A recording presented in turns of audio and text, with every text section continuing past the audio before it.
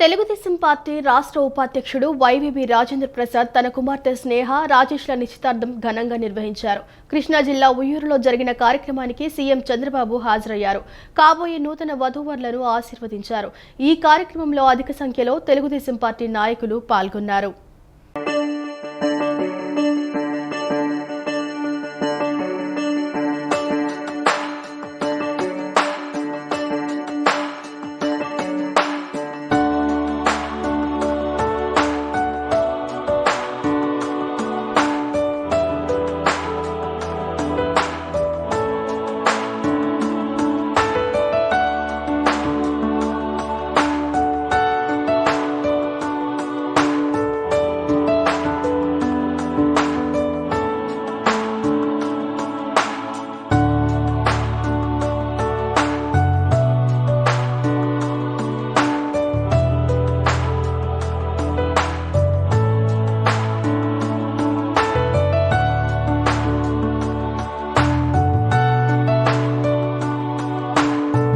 రాష్ట్ర వ్యాప్తంగా 28,62,000 కుటుంబాలకు రెవెన్యూ యంత్రాంగం శాశ్వత కుల ధృవీకరణ పత్రాలను అందజేసినట్లు రెవెన్యూ శాఖ మంత్రి అనగాని సత్యప్రసాద్ తెలిపారు.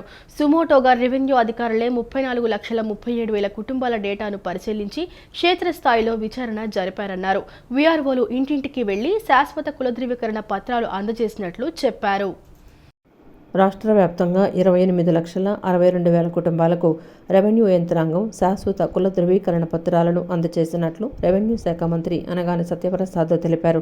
స్కూళ్లు, కాలేజీల్లో ప్రవేశాలకు, ఉద్యోగాల్లో రిజర్వేషన్ల అమలుకు ప్రభుత్వ పథకాలు అందిపుచ్చుకునేందుకు కుల ధృవీకరణ పత్రాలు వినియోగించాలన్నారు. ఎంఆర్ఓ కార్యాలయాల చుట్టూ కుల ధృవీకరణ పత్రాల కోసం తిరగాల్సిన అవసరం లేదని మంత్రి అన్నారు. దాదాపు 5 లక్షల కుటుంబాలకు వివిధ కారణాల రీత్యా కుల ధృవీకరణ పత్రాలను ఇవ్వలేదని, వీరిలో ఎవరైనా అర్హులు ఉన్నారని అనుకుంటే గ్రామ వార్డు సచివాలయాల ద్వారా, ఏపీ సేవా కేంద్రాల ద్వారా దరఖాస్తు చేసుకోవచ్చని సూచించారు. దరఖాస్తు చేసుకున్న వెంటనే రెవెన్యూ అధికారులు క్షేత్రస్థాయిలో పరిశీలన చేసి అక్కడికక్కడే కుల ధృవీకరణ పత్రాలను అందజేస్తారని వెల్లడించారు. రాష్ట్రంలో ప్రజలు ఎదుర్కొంటున్న సమస్యలపై ఈ నెల 8వ తేదీ నుండి 17వ తేదీ వరకు రాష్ట్ర వ్యాప్తంగా ప్రజా చైతన్య యాత్రలు నిర్వహిస్తామని సిపిఎం రాష్ట్ర కార్యదర్శి వి శ్రీనివాసరావు తెలిపారు. అంతర్జాతీయ మహిళా దినోత్సవం సందర్భంగా మహిళల హక్కుల కోసం ఈ యాత్రలు గళం విప్పుతాయన్నారు. మార్చి 8 నుండి 17వ తేదీ వరకు యాత్రలలో గుర్తించిన సమస్యల పరిష్కారం కోరుతూ మార్చి 22వ తేదీ నుండి 28వ తేదీ వరకు ప్రభుత్వ కార్యాలయాల వద్ద ధర్నాలు చేస్తామన్నారు. అప్పటికీ పరిష్కారం కాకపోతే ఏప్రిల్, మే నెలల్లో పోరాట రూపకల్పన చేస్తామన్నారు. విజయవాడలోని బాలోత్సవ భవనంలో ఏర్పాటు చేసిన విలేకరుల సమావేశంలో పార్టీ రాష్ట్ర కార్యదర్శి వర్గ సభ్యులు Y Venkateswararao, CH Baburao, K Prabhakar రెడ్డితో కలిసి రాష్ట్ర కార్యదర్శి శ్రీనివాసరావు మాట్లాడారు. ప్రజా సమస్యల అధ్యయనం కోసం రాష్ట్ర, జిల్లా స్థాయి నాయకత్వాలు రాష్ట్ర వ్యాప్తంగా పర్యటిస్తారని తెలిపారు. అలాగే పాదయాత్రలు, సైకిల్ యాత్రలు చేస్తారని, మార్చి 8న అంతర్జాతీయ మహిళా దినోత్సవం సందర్భంగా సూపర్ 6 వాగ్దానాల్లో ముఖ్యమైన ఉచిత బస్సు పథకాన్ని ప్రారంభించాలని, ఉగాది నాటికి యువతకు నిరుద్యోగ భృతి, మహిళలకు 1,500 అమలును ప్రకటించాలని కోరుతూ పలు కార్యక్రమాలు నిర్వహిస్తామని చెప్పారు.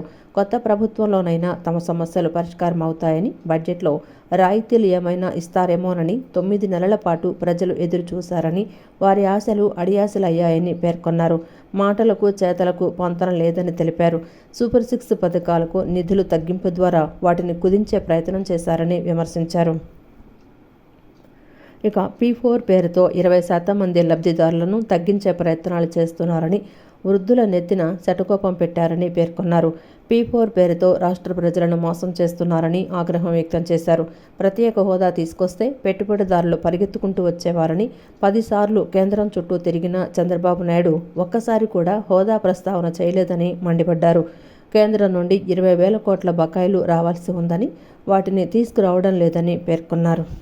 బడ్జెట్లో చెప్పిన మాటలకి, కేటాయింపులకి అసలు పొంతనే లేదు. మాటలు ఘనం, పెర్ఫార్మెన్స్ నిల్లు అన్నట్టుగా మొత్తం ఈ బడ్జెట్ ఉన్నది. ఈ బడ్జెట్ ఎవరి పక్షం అనేది చెప్పాలంటే ఒకే ఒక ఉదాహరణ. కార్పొరేట్ కంపెనీలకు వైబిలిటీ గ్యాప్ ఫండ్ కింద 2,000 కోట్లు కేటాయించి రైతుల ధరల స్థిరీకరణకు మాత్రం 300 కోట్లు కేటాయించారు. ఈ ఒక్క ఎగ్జాంపుల్ చాలు. విదేశీ పెట్టుబడులు, పెద్ద పెద్ద కార్పొరేట్ కంపెనీలు పెట్టుబడులు పెట్టి ఉపాధి కల్పిస్తాయని ఆశలు పెట్టి వాళ్ళకి 2,000 కోట్లు వైబిలిటీ గ్యాప్ ఫండ్ కేటాయించిన వాళ్ళకి రైతులకి కనీస గిట్టుబాటు ధర కోసం ధరల స్థిరీకరణ నిధికి ఒక 3,000 కోట్లు కేటాయించడానికి చేతులు రాలేదని అడుగుతున్నాం. దాదాపు 4 కోట్ల మంది ఈరోజు గ్రామీణ ప్రజలు, అందులో 60% మంది రైతులు. ఈ సంవత్సరం పంటలకు గిట్టుబాటు ధర లేదు, మిర్చికి లేదు, పత్తికి లేదు, పొగాకు లేదు, శనగకు లేదు, టమోటాలకు లేవు, దేనికి గిట్టుబాటు ధర లేదు. పైగా కరువు, వర్షాలు ఈ సంవత్సరం ఎండలు మండిపోతున్నాయి అంటున్నారు, మంచినీళ్ళు తాగడానికి లేవు. ఏమి మీకు అడ్డం వచ్చింది అంటే డబ్బులు జనానికి ఇవ్వాల్సి వస్తే డబ్బులు లేవు, ఖజానా ఖాళీ. కార్పొరేట్లకు ఇవ్వడానికి మాత్రం ఖజానా నిండా డబ్బులు ఉంటాయా? వెలుగొండ పూర్తయి నీళ్ళు ఇస్తాడు ఆయన? ఏమైనా మహత్యం ఉందా? ఆయన ఏమన్నా భగీరథ రాళ్ళు కృష్ణా నుంచి జంపోయి వస్తాయి నీళ్లు? ఆడ పంపులు పెట్టకుండా కాలువలు తవ్వకుండా ఎలా వస్తాయి నీళ్లు? మహత్యం ఉంటే చెప్పమనండి, భగీరథ మహత్యం ఏమన్నా వాళ్ళ దగ్గర. అందుకని ఈ రకమైన మాటలతోటి రాష్ట్ర సమస్యలు పరిష్కారం కావు. అందువల్ల మేము ప్రజల్లోకి పోవాలని నిర్ణయించుకున్నాం. ఇప్పటిదాకా మేము చెబుతూ వచ్చాం, ప్రజల తరఫున మాట్లాడుతూ వచ్చాం. ఇప్పుడు ప్రజల్లోకి పోయి వాళ్ళని చైతన్యపరిచి వాస్తవాలు, ప్రభుత్వం చెప్పే తప్పుడు ప్రచారాలని పటాపంచలు చేసి. గిట్టుబాటు ధర లేక రైతులు తీవ్రమైన సంక్షోభంలో ఉన్నారు ఈ సంవత్సరం. రెండవది, సాగునీటి ప్రాజెక్టులకు కేటాయించిన వనరులు కేటాయించకుండా ఎక్కడ ఏ ఒక్క ప్రాజెక్టు కూడా పూర్తి చేసే పరిస్థితి లేదు. మూడవది, ప్రభుత్వం సూపర్ 6లో భాగంగా రైతాంగానికి ఇస్తామనేటువంటి హామీ ఏదైతే ఉందో, అన్నదాత సుఖీభావ పెట్టుబడి సహాయం, వాస్తవంగా రాష్ట్రంలో ఉండే రైతులందరికీ వాళ్ళు చెప్పిన ప్రకారం ఇవ్వాలంటే 14,000 కోట్లు కావాలి. కానీ 9,000 కోట్లే దాంట్లో బడ్జెట్లో చూపించారు.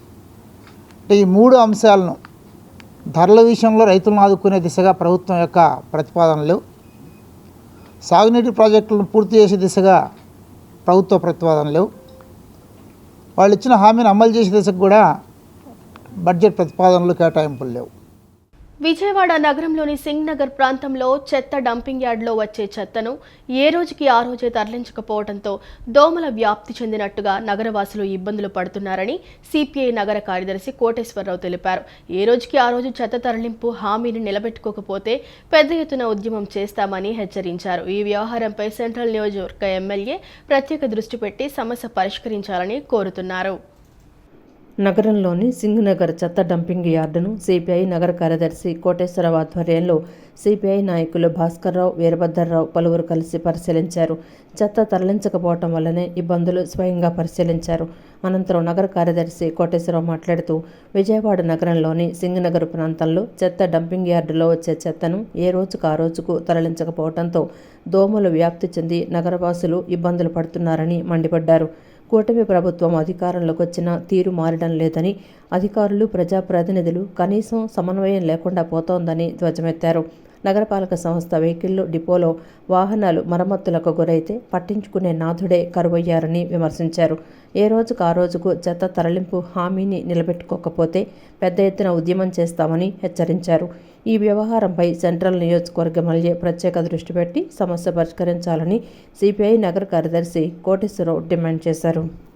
చెత్త పేరుకుపోయి చుట్టుపక్కల ఉన్న ప్రజానికం అందరూ కూడా దుర్గంధంతో, దోమలతోటి సహజీవనం చేయవలసినటువంటి పరిస్థితి వస్తూ ఉన్నది. గతంలో ఇదే పరిస్థితి ఉంటే సిపిఐగా పెద్ద ఆందోళన చేశాం. ఆ రోజు ఉన్నటువంటి ప్రభుత్వాలు, ఆ రోజు ఉన్నటువంటి శాసనసభ్యులు మా పైన కేసులు పెట్టారు. ఇప్పటికీ కోర్టుకి తిరుగుతూ ఉన్నాం. ఈరోజు మరలా ప్రభుత్వం మారినప్పుడు కూడా అధికారులు, ప్రజాప్రతినిధుల యొక్క స్పందన లేకపోవడంతో ఇవాళ దుర్గంధం మరింత పెరిగిపోయి సింగనగర్, పాయకాపురం, కంట్రిక ప్రాంత ప్రజలందరూ కూడా రోగాల బారిన పడేటటువంటి పరిస్థితి దాపరించింది. ముఖ్యంగా నగరపాలక సంస్థలో ఉన్నటువంటి వెహికల్ డిపోలో ఉన్నటువంటి వెహికల్స్ చూడండి, అనేక వెహికల్స్ ఈ రోజున పనిచేయనటువంటి వెహికల్స్ యొక్క పరిస్థితి ఉంటే దాన్ని బాగు చేసి, లేకపోతే వాటి స్థానే కొత్తగా వెహికల్స్ కొనుగోలు చేసేటటువంటి పరిస్థితి నగరపాలక సంస్థ కానీ, నగరపాలక సంస్థకి రాష్ట్ర ప్రభుత్వం కానీ ఆ వైపుగా సహకరించకపోవడంతో చెత్త తరలింపు ఎప్పటికప్పుడు జరగకపోవటం జరుగుతూ ఉన్నది. గతంలో ఏం చెప్పారు, ఇక్కడ ఎటువంటి పరిస్థితుల్లో కూడా చెత్తను ఇక్కడ నిల్వ ఉంచము, ఏ రోజుకు ఆ రోజు సాయంత్రానికల్లా చెత్తను క్లియర్ చేసేస్తామని చెప్పారు కమిషనర్ గారు. కానీ దానికి విరుద్ధంగా జరుగుతోంది. దాదాపుగా ఇప్పుడు ఇక్కడ చెత్త ఎంత పోయిందో మీరు అందరూ చూడండి. దీనివల్ల దుర్వాసన పెరిగిపోయింది, ప్రజలు తిరగలేకపోతున్నారు, ముసలి వాళ్ళకైతే మరి వ్యాధులతో ఇబ్బంది పడిపోతున్నారు, ఆస్మా, ఆయాసం లాంటి వ్యాధులతో ఇబ్బంది పడిపోతున్నారు. మరి గతంలో ఈ డంపింగ్ యార్డ్ కోసం మేము పోరాటాలు చేశాం. ధర్నాలు చేశాం. ఈరోజు కూడా కోర్టు కేసులతో తిరుగుతూనే ఉన్నాం. అయినప్పటికీ గతంలో దీనికి కమిషనర్ గారు మరి ఉద్దాసన పలికి చక్కగా ఇక్కడ చెత్త డంపింగ్ యార్డ్ తీసివేసేసి ఈ ప్రాంతం అంతా కూడా ఉద్యానవనంలాగా మొక్కలన్నీ నాటారు, రోడ్లు బాగా లైటింగ్ పెట్టారు, బాగుంది. మీరు సాధ్యమైనంత తొందరలో ఇక్కడ చెత్తను క్లియర్ చేయాలి, లేదంటే మరో డంపింగ్ యార్డ్ ఉద్యమం తప్పదు. మార్చి నుంచే సాధారణం కంటే అధిక ఉష్ణోగ్రతలు నమోదు అవుతాయని ఏపీ విపత్తుల నిర్వహణ సంస్థ ఎండీ రోణంకి కూర్మనాథ్ స్పష్టం చేశారు.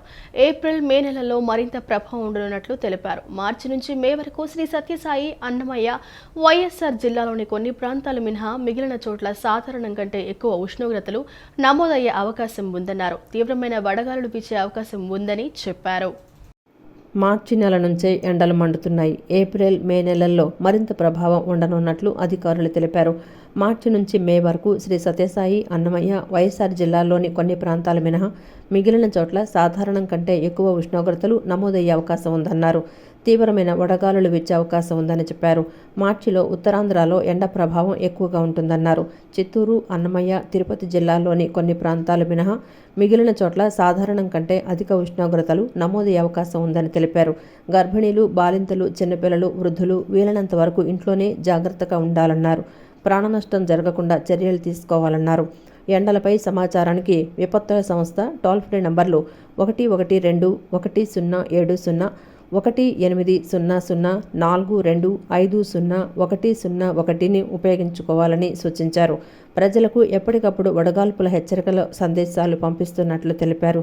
తప్పనిసరిగా జాగ్రత్తలు పాటించాలని కోరారు. మార్చి 8వ తేదీన విజయవాడ ఇందిరాగాంధీ మున్సిపల్ స్టేడియంలో నిర్వహించే అంతర్జాతీయ మహిళా దినోత్సవ వేడుకల్లో ప్రతి ఒక్కరూ పాల్గొని విజయవంతం చేయాలని ఏపీ ఎన్జీఓ మహిళా ఉద్యోగుల సంఘం రాష్ట్ర అధ్యక్షురాలు వాణి కోరారు. స్వేచ్ఛాయుత వాతావరణంలో ఉద్యోగం చేసుకునే విధంగా చక్కటి వాతావరణాన్ని కల్పించాలని రాష్ట్ర ప్రభుత్వాన్ని ఏపీ ఎన్జీఓ మహిళా ఉద్యోగుల సంఘం అధ్యక్షురాలు వాణి తెలిపారు. నగరంలోని గాంధీనగర్ ఏపీ ఎన్జీఓ హాల్లో ఏపీ ఎన్జీఓ మహిళా ఉద్యోగుల సంఘం రాష్ట్ర అధ్యక్షురాలు పలువురు సభ్యులు కలిసి విలేకరుల సమావేశాన్ని నిర్వహించారు. మార్చి 8న అంతర్జాతీయ ఏపీ ఎన్జీఓ రాష్ట్ర అధ్యక్షుడు శివారెడ్డి, కార్యదర్శి విద్యాసాగర్ ఆధ్వర్యంలో ఇందిరాగాంధీ మున్సిపల్ స్టేడియంలో అంతర్జాతీయ మహిళా దినోత్సవాన్ని నిర్వహించనున్నామని తెలిపారు. ముఖ్యంగా మార్చి 8న మహిళా విభాగం ఆధ్వర్యంలో మహిళా ఉద్యోగులకు వివిధ ఆటల పోటీలను నిర్వహిస్తున్నామని, ఈ ఆటలను క్రీడల శాఖ మంత్రి రాంప్రసాద్ ప్రారంభిస్తారని తెలిపారు. రాష్ట్ర వ్యాప్తంగా ప్రతి జిల్లాలో అంతర్జాతీయ మహిళా దినోత్సవం జరుపుకుంటున్నామని వెల్లడించారు. 5, 6 తేదీల్లో సాంస్కృతిక కార్యక్రమాలు, మ్యూజికల్ చైర్, అంత్యాక్షరి, తగ్గాఫర్, పలు సరదా ఆటల పోటీలు నిర్వహించనున్నట్లు వాణి తెలిపారు. మహిళలకు చాలా ఒత్తిడి ఉన్నా సమర్థవంతంగా విధులు నిర్వహిస్తున్నట్లు చెప్పారు. స్వేచ్ఛాయుత వాతావరణంలో ఉద్యోగం చేసుకునే విధంగా చక్కటి వాతావరణాన్ని ప్రభుత్వ కార్యాలయాల్లో కల్పించాలని రాష్ట్ర ప్రభుత్వాన్ని ఏపీ ఎన్జీఓ మహిళా ఉద్యోగుల సంఘం రాష్ట్ర అధ్యక్షురాలు వాణి కోరారు. అత్యంత కీలకమైన పాత్ర వహించేది డిపార్ట్మెంట్లో మహిళలే. అది విద్యలో చూసుకోండి, వైద్యంలో చూసుకోండి, అంగన్వాడీ చూసుకోండి, ఒక ఆశా చూసుకోండి, ఎవరైనా సరే రూట్ లెవెల్లో కష్టపడి ఎండనక వాననక పనిచేసేది మహిళా ఉద్యోగులే. మరి అటువంటి మహిళా ఉద్యోగులకి ఒక్కరోజు కూడా ఆట విడుపు, కానీ అంత చాలా స్ట్రెస్తో కూడిన ఉద్యోగాలు చేస్తున్నప్పటికీ ప్రభుత్వం మరి మా సంఘం ద్వారా మాకు కావాల్సిన అనేక డిమాండ్లు, అది చైల్డ్ కేర్ లీవ్ని పెంచారు, కొన్ని విషయాలు కూడా ఇది కాంట్రాక్ట్ బేస్డ్ కూడా లీవ్ ఇచ్చారు.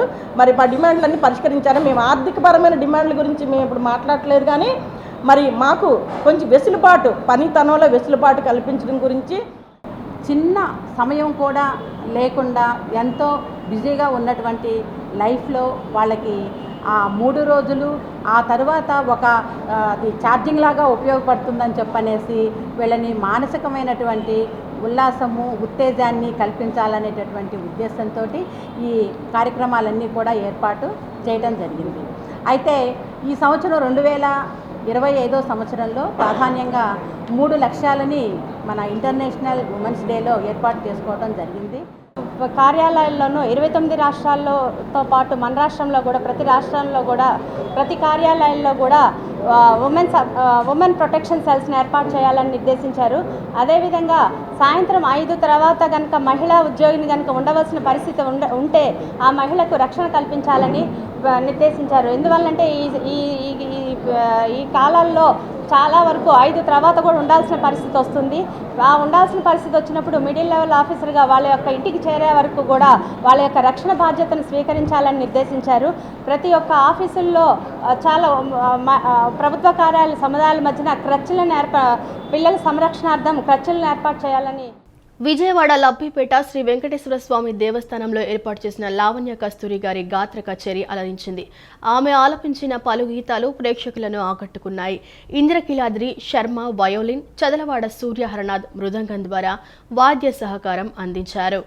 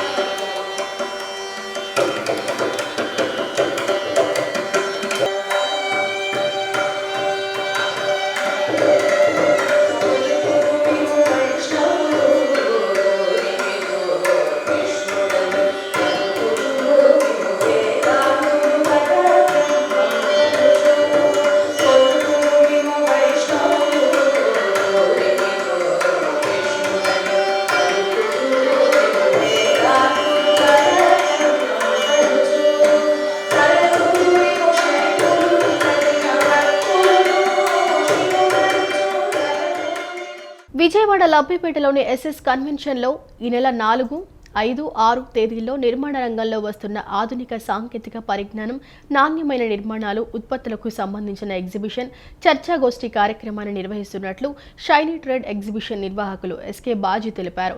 ఏ కంపెనీలు నిర్మాణ రంగానికి సంబంధించిన ఉత్పత్తులు తయారు చేస్తున్నారు, ప్రపంచ స్థాయి సాంకేతికత ఏమి వచ్చింది అనేది అవగాహన కల్పించేందుకు ఎగ్జిబిషన్ ఏర్పాటు చేశామని చెప్పారు. పురపాలక శాఖ మంత్రి నారాయణ ఎగ్జిబిషన్ను ప్రారంభించనున్నట్లు చెప్పారు. విజయవాడ మహాత్మా గాంధీ రోడ్డులోని ఎంబీబీకే భవనంలో షైనీ ట్రేడ్ ఎగ్జిబిషన్ నిర్వాహకులు ఎస్కే బాజీ విలేకరుల సమావేశం నిర్వహించారు. సమావేశంలో ఆయన మాట్లాడుతూ నిర్మాణ రంగంలో వస్తున్న ఆధునిక సాంకేతిక పరిజ్ఞానం, నాణ్యమైన నిర్మాణాలు, ఉత్పత్తులకు సంబంధించిన ఎగ్జిబిషన్, చర్చాగోష్ఠి కార్యక్రమాన్ని విజయవాడ లబ్బిపేటలోని ఎస్ఎస్ కన్వెన్షన్లో ఈ నెల 4, 5, 6 తేదీల్లో నిర్వహిస్తున్నట్లు తెలిపారు. రాష్ట్రంలో రాజధాని నగర నిర్మాణానికి మళ్లీ శ్రీకారం చుట్టారని, త్వరలోనే రకరకాల ప్రాజెక్టుల నిర్మాణ పనులు ప్రారంభమవుతాయన్నారు. ప్రభుత్వం కూడా కృతనిశ్చయంతో ఉందని, గతంలో ఎక్కడైతే నిర్మాణాలు ఆగాయో అక్కడ నుంచి శరవేగంగా నిర్మాణాలు చేసేలా ఊపిరిపోసిందన్నారు. నగర నిర్మాణం, భవన నిర్మాణం కావాలంటే సాంకేతికత, పరికరాలు, నిపుణులు ఎంతో అవసరమని చెప్పారు. ప్రపంచ స్థాయి స్మార్ట్ సిటీగా అమరావతిని నిర్మించేందుకు సీఎం చంద్రబాబు కలలు కంటున్నారని అన్నారు. ఉన్న టెక్నాలజీని అందిపుచ్చుకొని మరి గ్రీన్ బిల్డింగ్ టెక్నాలజీ వచ్చింది. అట్లాగే తక్కువ ఖర్చుతోటి నాణ్యమైన నిర్మాణాలకి ఫార్మింగ్ టెక్నాలజీతోటి ఇవాళ గృహాల నిర్మిస్తూ ఉన్నారు. వంతెనలు కానివ్వండి, ఇళ్ళు కానివ్వండి, అట్లాగే పెద్ద పెద్ద హై రైజింగ్ కన్స్ట్రక్షన్ యాక్టివిటీ కూడా చాలా చక్కగా, త్వరగా, మరి క్వాలిటీతోటి అవుతున్న నేపథ్యంలో ఎవరెవరు ఏ కంపెనీలు ఏం ప్రొడక్ట్స్ తయారు చేస్తున్నారు, ఏ రకమైన సాంకేతిక అభివృద్ధి జరిగింది, వరల్డ్ క్లాస్ టెక్నాలజీ కన్స్ట్రక్షన్ రంగంలో ఏమొచ్చింది, ఇవాళ ఏమున్నాయి అనేది ఈ కన్స్ట్రక్షన్ ఇండస్ట్రీ స్టేక్ హోల్డర్స్ అందులో భాగస్వామ్యం అవుతున్న అందరికీ ఒక అవేర్నెస్ క్రియేట్ చేయటం, వాళ్ళ ముందుకు తీసుకురావడం అనే ఉద్దేశంతో ఒక కన్స్ట్రక్షన్ ఎక్స్పో అని ఒక ప్రదర్శన, అట్లాగే కాన్క్లేవ్, చర్చా వేదికగా దీన్ని ఒక వేదికని రూపొందించే ప్రయత్నంలో భాగంగా ఈ కార్యక్రమం ఏర్పాటు చేయడం జరిగింది. ఇది 4వ తేదీన ఉదయం 11 గంటలకి మన మంత్రివర్యులు పి నారాయణ గారు, ఇది మున్సిపల్ పట్టణ శాఖ మంత్రివర్యులు, అట్లాగే సిఆర్డిఏ కమిషనర్ కన్నబాబు గారు, అట్లాగే మన ఇండస్ట్రీ మెయిన్గా క్రీడాయ్, అట్లాగే builders association of India BAI, అట్లాగే నేరేడ్కో ఇలాంటి సంస్థలు, architectures association, structural engineering association, అట్లాగే ఈ రంగంలో ఉన్న కాంక్రీట్ ఫౌండేషన్ ఆఫ్ ఇండియా, ఇట్లాంటి సంస్థలు, గ్రీన్ బిల్డింగ్ ఇలాంటి అందరూ కూడా దీంట్లో భాగస్వాములు అవుతూ ఉన్నారు. అనంతరం AP builders association of India chairman Nagamalleswara Rao మాట్లాడుతూ, నిర్మాణ రంగం గత 6-7 సంవత్సరాలుగా ఒడిదుడుకులను ఎదుర్కొందని, అనుబంధ పరిశ్రమలు ఉపాధిపై తీవ్ర ప్రభావం పడి కుదేలైందని చెప్పారు. నూతన ప్రభుత్వం పాలసీతో భవన నిర్మాణ రంగానికి కొత్త ఊపిరి ఊదారని పేర్కొన్నారు. అగ్రికల్చర్ బేస్డ్ ఇండస్ట్రీ మీద, రైస్ ఇండస్ట్రీ మీద, అలాగే కన్స్ట్రక్షన్ ఇండస్ట్రీ, మిషనరీ ఇండస్ట్రీ, ఇలా రకరకాల మీద ఆయన నిర్వహిస్తున్నారు. ఎంతో వ్యయ ప్రయాసాలకు వచ్చి కష్టతరమైన ఇలాంటి పని నిర్వహిస్తున్నందుకు ముందుగా బాజీ గారిని మనందరం కూడా అందరి తరఫున అభినందిస్తున్నాను. మరి ఈసారి పోయినసారి జరిగినప్పుడు కూడా మేము భాగస్థులం అయ్యాం. ముఖ్యంగా ఇప్పుడు ఇది రైట్ టైం అండి, కరెక్ట్ టైంలో ఈయన ప్రారంభించారు ఈ మొదటి ఎగ్జిబిషన్ని. ఎందుకంటే ఎంతో కాలంగా, సుదీర్ఘకాలంగా మూలబడి ఉన్న అమరావతి నగర నిర్మాణం ఆంధ్రులకు ఎంతో గర్వకారణం. ప్రపంచంలో తెలుగు జాతి అందరూ కూడా ఆతృతతో, ఉత్సాహంతో, ఎంతో అభిమానంతో ఎదురు చూస్తున్నటువంటి రాజధాని నిర్మాణం మరి మీ అందరికీ తెలిసిందే. మూల ఒడిదుడుకుల్లో పడి మరి ఆగిపోయినది. అది ఇప్పుడు ఈ నూతన ప్రభుత్వం ముఖ్యమంత్రి చంద్రబాబు నాయుడు గారి ఆధ్వర్యంలో, నారాయణ గారి సారథ్యంలో మరి అద్భుతమైన నగర నిర్మాణానికి నాంది పలుకుతుంది. సమావేశంలో AP builders association of India ప్రధాన కార్యదర్శి రాజా, నిర్వాహక కమిటీ సభ్యులు సయ్యద్ రాఫీ పాల్గొన్నారు. తమ స్థలాన్ని కబ్జా చేసి తమపైనే కొందరు దాడులు చేస్తున్నారంటూ మస్తాన్ వలి అనే వికలాంగుడు వాపోయాడు. కబ్జాదారులు రామకృష్ణాపురంలో తమకు గల 280 గజాల విలువైన స్థలాన్ని ఆక్రమించుకొని స్థలంలోనే పాగా వేశారని తెలిపాడు. పోలీసులకు ఫిర్యాదు చేసినా పట్టించుకోవటం లేదని వాపోయాడు. అజిత్ సింగ్ నగర్ పోలీస్ స్టేషన్ పరిధిలోని రామకృష్ణాపురంలో భూ కబ్జా బాహాటంగా జరుగుతోందని ఫిర్యాదు చేసినా పోలీసులు పట్టించుకోవటం లేదని బాధిత కుటుంబ సభ్యులు వాపోయారు. రామకృష్ణాపురంలో కబ్జాకు గురైన స్థలం వద్ద బాధిత కుటుంబ సభ్యులు విలేకరుల సమావేశాన్ని నిర్వహించి కన్నీరు మున్నీరయ్యారు. స్థలానికి చెందిన వికలాంగ యువకుడు మస్తాన్ వలి మాట్లాడుతూ, అనేక సంవత్సరాల నుండి తాము నివాసం ఉంటున్న స్థలాన్ని మాది అని కొందరు ఆక్రమించుకున్నారని వాపోయాడు. అదేమని ప్రశ్నించిన తనపైన, తన తల్లిపైన, కుటుంబ సభ్యులపైన దాడి చేశారని ఆందోళన వ్యక్తం చేశారు. గత నెల 27వ తేదీన స్థలాన్ని ఆక్రమించి ఆ స్థలంలో రౌడీలను ఉంచి ప్రశ్నించిన తమపై దాడి చేశారని, కళ్లల్లో కారం కొట్టి ఇబ్బంది పెట్టారన్నారు. ఇంటిలో ఉన్న సుమారు 10 లక్షల రూపాయలు విలువ చేసే సామగ్రిని రౌడీలతో బయటకు పడేశారని ఆరోపించారు. తమపై దాడిని పోలీసులకు చెప్పినా పట్టించుకోవటం లేదని ఆవేదన వ్యక్తం చేశారు. ఏసీపీ స్థాయి అధికారి సైతం కబ్జాదారుల పక్షానే నిలిచినట్లుగా మాట్లాడుతున్నారని, తమను ఇబ్బంది పెడుతున్నారని తెలిపారు. 20 రోజుల క్రితం తనకు ప్రమాదం జరిగిందని, కాలు తొలగించారని, ఆ ప్రమాదానికి కారణం కూడా కబ్జాదారులే అన్న అనుమానం ఉందన్నారు. పోలీసులే న్యాయం చేయకపోతే ఇంకా ఎవరు న్యాయం చేస్తారంటూ ప్రశ్నించారు. ఈ స్థలం నాదే, 30 సంవత్సరాలు ఇక్కడే ఉంటున్నాము. ఈ స్థలం ఖాళీ చేయాలి, మాకు అప్పు చెప్పాలని రామారావు అనే వ్యక్తి అతని అనుచరులతో 30 మందితో ఒక ఎమ్మెల్సీ ఎలక్షన్ రోజున వచ్చి మమ్మల్ని కొట్టి ఖాళీ చేసి, కళ్ళలో కారం కొట్టి మా అమ్మ వాళ్ళని, మా పిన్నోళ్ళని అందరినీ కొట్టి ఖాళీ చేసి మా అమ్మ స్టేషన్కి వెళ్ళారు. స్టేషన్కి వెళ్తే మేము స్టేషన్కి వెళ్ళి వచ్చేలోపు మొత్తం ఖాళీ చేసేసి మొత్తం మా సామాన్లన్నీ చూడండి మొత్తం బ్రిడ్జి కింద పడేసారు. మొత్తం సామాన్లన్నీ బ్రిడ్జి కింద పడేసి స్టేషన్కి వెళ్తే మీ మీదే కేసు పెడతాము, మీరే వాళ్ళు దౌర్జన్యంగా మమ్మల్ని తీసుకొచ్చి ఖాళీ చేసింది కాక సిఏ గారు, ఎస్ఐ గారు మీరు ఖాళీ చేయండి, మీకు డబ్బులు ఇస్తాము అని చెప్పి ఏసీపీ గారి దగ్గర తీసుకెళ్ళి మమ్మల్ని, ఏసీపీ గారు కూడా మీకు డబ్బులు ఇచ్చేస్తాం, మీరు అక్కడ ఖాళీ చేసేయండి, ఫలానా రామారావు అనే వ్యక్తికి స్థలం అప్పచెప్పండి అని చెప్పేసి అసలు మా మాట అయినట్టు స్టేషన్కి వెళ్తే మేము చెప్పే మాట అయినట్లేదు, మీ మీద కేసులు పెడతాము. వాళ్ళు దౌర్జన్యంగా మా అందరికి వచ్చి మా దానిలోంచి మమ్మల్ని ఖాళీ చేసి మా సామాన్లు బయట వేసింది కాక వాళ్ళకి పోలీసులు సహకరించి స్థలం అప్పచెప్పండి, మీకు డబ్బులు ఇస్తాము, మీరు అర్జెంటుగా ఖాళీ చేయాలి అక్కడి నుంచి అని చెప్పి మా సామాన్లన్నీ బయట పెట్టి మా మీద దౌర్జన్యం చేసి పోలీసులు మా మీదే కేసులు కడతామని చెప్పి ఏసీపీ గారి దగ్గర పెట్టారు. ఏసీపీ గారు కూడా మమ్మల్ని అక్కడి నుంచి ఖాళీ చేయండి, మీకు డబ్బులు ఇస్తాము, మీరు డబ్బులు తీసుకొని ఖాళీ చేసి స్థలం వాళ్ళకి అప్పచెప్పాలంటున్నారు. అసలు ఒరిజినల్ డాక్యుమెంట్స్ నుంచి ఇప్పుడు దాకా మొత్తం స్థలం నా పేరు మీదే ఉంది. 2002 నుంచి ఇప్పుడు దాకా ఈ రోజు దాకా కూడా పన్నులు కడుతున్నాము, కరెంటు ఉంది మా పేరు మీదే. 1990 నుంచి మాదే స్థలం, అది మా నాన్నగారు తీసుకున్నారు, నా పేరు మీద ఉంది డాక్యుమెంటు. ఇవన్నీ చెప్తున్నా సరే ఏసీపీ గారు కానీ పోలీస్ వాళ్ళు కానీ మా మాట వినట్లేదు. ఇంకా పైపెచ్చి మా మీదే కేసులు పెడతాం, మీరే దౌర్జన్యం చేస్తున్నారు, మీరే కొట్టారని కేసులు పెడతాం అంటున్నారు. అనంతరం మస్తాన్ వలి తల్లి షేక్ షహీదా మాట్లాడుతూ తమకు న్యాయం చేయాలని, తమ స్థలాన్ని తమకిప్పించాలని వేడుకుంటున్నారు. ప్రభుత్వ పెద్దలు స్పందించాలని, పోలీసు ఉన్నతాధికారులు జోక్యం చేసుకొని తమకు చెందిన 280 గజాల స్థలాన్ని తమకిప్పించాలని కోరారు. ఆస్తికి సంబంధించిన పూర్తి డాక్యుమెంట్స్ తమ వద్దే ఉన్నాయని స్పష్టం చేశారు. తమపై దాడి చేసిన వారి నుంచి ప్రాణహాని ఉందని, తమకు రక్షణ కల్పించాలని, అలాగే వారిపై కఠినమైన చట్టపరమైన చర్యలు తీసుకోవాలని పోలీసు ఉన్నతాధికారులను కోరారు.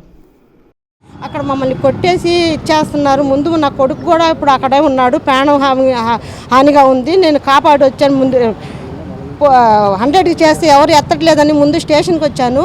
ఇప్పుడు ఉన్నోళ్ళు ఇద్దరన్నా రండి అని బతిలాడితే ఉండమ్మా ఉండు, డ్యూటీ వేరే వాళ్ళు వస్తున్నారు, పంపిస్తానని 11:30 దాకా కూర్చోబెట్టారు. నన్ను కూర్చోబెడితే తర్వాత ఒక కానిస్టేబుల్ని ఇచ్చి పంపిస్తే నేను ఇక్కడికి వచ్చేటప్పటికి లోపలికి వెళ్ళనీయకుండా అవన్నీ అడ్డం కట్టేసి అదేంటి మమ్మల్ని వెళ్ళనీయట్లేదు, మా ఆడపడిచోళ్ళు వాళ్ళు వచ్చారు, ఎవరో ఫోన్ చేశారంట, అదేంటి వెళ్ళనీయట్లేదు. ఇప్పుడు స్టేషన్ నుంచి రాగానే మా ఇంట్లోకి వెళ్తాము, వెళ్ళనిపోయేసరికి మేము లాగుతుంటే అటు నుంచి కొట్టి మమ్మల్ని కారం వేసి రోకల్ బండ్లు ఉన్నాయి వాళ్ళ చేతిలో దబా కొడతా ఉంటే నేను పడిపోయాను. కారం కొట్టేశారు. ఈ లోపు కానిస్టేబుల్కి ఎవరో ఫోన్ చేస్తే పోలీసులకి వచ్చి కానిస్టేబుల్ నన్ను హాస్పిటల్ తీసుకెళ్లారు. విజయవాడ సింగనగర్ ప్రాంతంలో కేంద్ర ప్రభుత్వం జన ఔషధి దివాస్ 2025 పేరిట జన ఆరోగ్య మేళా కార్యక్రమాన్ని నిర్వహించారు. అన్ని వ్యాధులకు సంబంధించి ఉచితంగా మెడికల్ క్యాంపు నిర్వహించారు. ప్రజలకు కావలసిన టెస్ట్ నిర్వహించి వారికి అవసరమయ్యే మందులు ఉచితంగా పంపిణీ చేశారు.